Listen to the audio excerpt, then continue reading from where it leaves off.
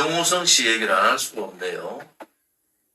본인은 혼외자라고 자식을 외부에서 혼외자라고 하고 자식에 대해서 책임을 지겠다 했지만은 그 표현을 충격 영화상 앞에서 자랑스럽게 얘기하는 데 대해서 경악을 금할 수가 없습니다. 자성하고 조용히 계시는 것이 맞잖아요. 또 하나는 그 얘기를 들으면서 고함 지르고 박수치는 연예인들 보고 저는 과연 저 사람들이 정상적인가 라는 부분에 대해서 분노를 금할 길이 없습니다. 두 사람의 연애 행위, 또 두 사람의 사랑에 대해서는 저희들이 관여하지 않습니다. 그런데 많은 어려움을 겪고 있는 미혼모 분들도 계시지 않습니까? 그런 줄 아세요?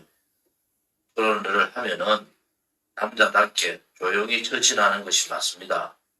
정경 영화상에 나와서 변명하듯이 자기 얘기를 하는 것은 대단히 잘못되고 상대방에 대한 또 하나의 잘못을 저지르는 겁니다.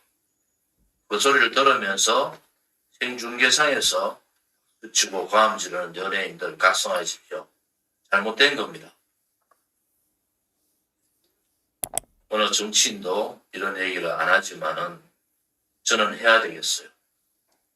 서울의 봄에 제작에 투자한 큰 손이 있습니다. 그 투자가 대한민국의 올바른 국민들한테 잘못된 역사를 가리키고 있다는 것도 아시기를 바랍니다. 언젠가는 후회할 날이 있을 겁니다. 서울의 봄은 진실이 아닙니다. 그것도 추석 특집으로 모 방송국에서 그것을 추석 특집 영화로 보여주는 것을 보고 너무나 놀랐습니다. 최소한도로 역사적인 검증은 통해야 됩니다. 아무리 영화라 하더라도 국민들이 그것을 영화로 받아들이지 않고 역사로 받아들일 때는 심각성이 있는 겁니다.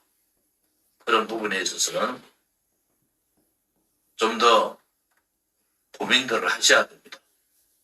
오른쪽에 게이 가디언즈 영화를 만드셨던 애국자들이 게이 가디언즈 영화 상영을 굉장히 힘들어하고 있습니다.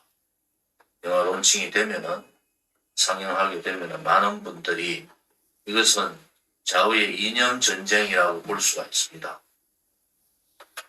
저도 깜짝 놀랐어요. 젊은 사람들이 모르는 국민들이 서울의 봄을 모 방송국을 통해 들으면서 그것이 진실이냐 이렇게 얘기하는 것을 들었습니다. 역사 왜곡이 너무 심했다. 이러한 부분에 있어서는 영화의 문제도 있지만은 거기에 주연 배우로 나오는 정우성 씨의 이번 처신에 대해서 정말 잘못된 처신이다.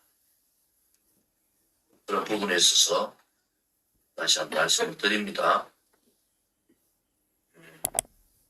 지난 총선에 대해서 국민의힘이 백서를 만들어서 한동훈 지지하는 사람들은 백서에 배운 내용이 없다 이런 얘기하는데 천만에요. 지난 22대 총선의 패배는 보수 대통합을 못한 데서 빚어진 결과입니다. 보수 대통합을 했으면 우리 공화당을 비롯해서 양심적 보수들이 모여서 총선을 치렀으면 최소 130석 이상을 가져올 수 있었습니다. 그 결과가 한동훈이라는 비대위원장의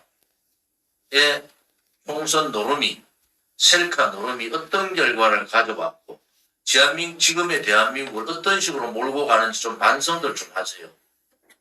아직도 총선을 잘 치렀다고 생각합니까? 우리 공화당이 그렇게 우리 공화당하고의 통합, 합당, 그리고 바깥에 자유우파 보수 세력, 양심적 자유우파 보수 세력들하고의 통합을 통해서 이 총선을 돌파해야 된다. 그렇게 하면서 투표율을 높여서 좌파들한테 이길 수 없는 지역, 박빙 지역에 20곳 내지 30곳을 이겨야 된다. 이런 충분한 설명을 했는데도 셀카 노름에 빠진 한동훈의 모습 때문에 이런 결과가 온 겁니다. 그렇게 대한민국이 간단한 나라가 아닙니다. 그러니까 당원 게시판 문제로 안에서 싸우니까 민주당 좌파들이 그냥 삭감 예산 들고 통과시키는 그러한 작태들을 하고 있는 겁니다. 민주당이 지금 한동훈을 어떻게 보겠어요? 민주당이 윤석열 대통령을 어떻게 봅니까? 최고의 권력자는 윤석열 대통령이 아니고 이재명입니다. 이재명은 전국을 다니면서 지금 민생 행보하고 있다. 우리 국민들이 깨달아야 됩니다.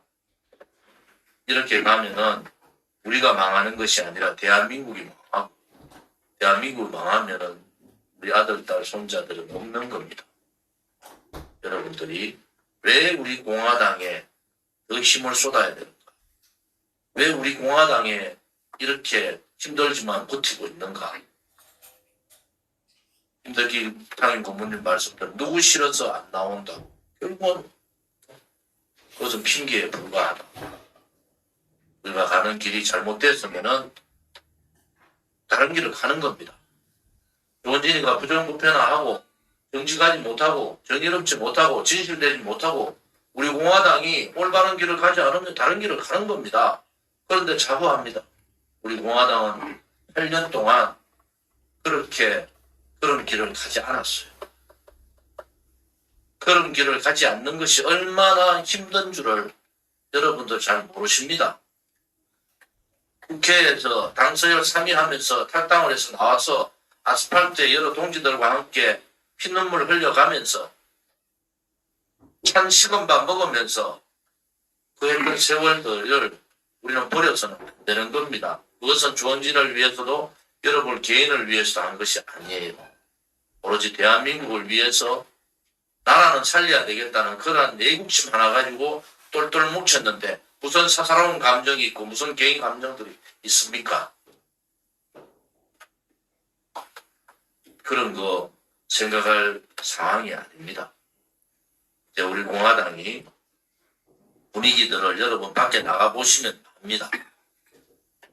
제가 밖에 나가면 사진 찍자는 사람들, 악수하는 사람들, 제가 부산 홍보관 갔을 때 얼마나 많은 사람들이 본인들이 쫓아와서 그랬습니까?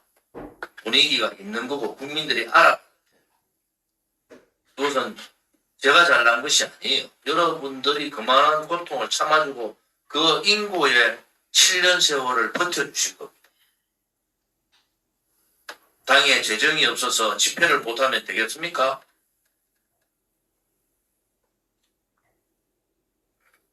그런 것까지도 저한테 다 떠맡길 겁니까? 여러분들이?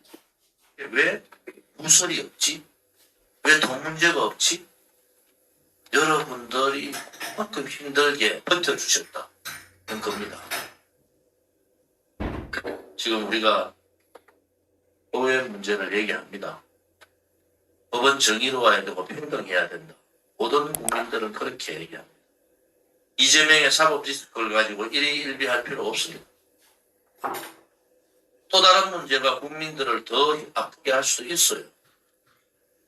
재판부에 얘기하고 싶은데 편안한 판결이 정의로운 판결은 아닙니다. 본인이 살아남기 위한 편안한 판결을 함으로 해서 정의로운 판결이 나라가 정의롭게 되는 게 아닙니다. 법의 정의를 지키고 권력을 가진 자나 지위를 가진 자도 죄가 있으면 눈치 보지 않고 당당하게 용기 있게 판결을 하기를 바랍니다.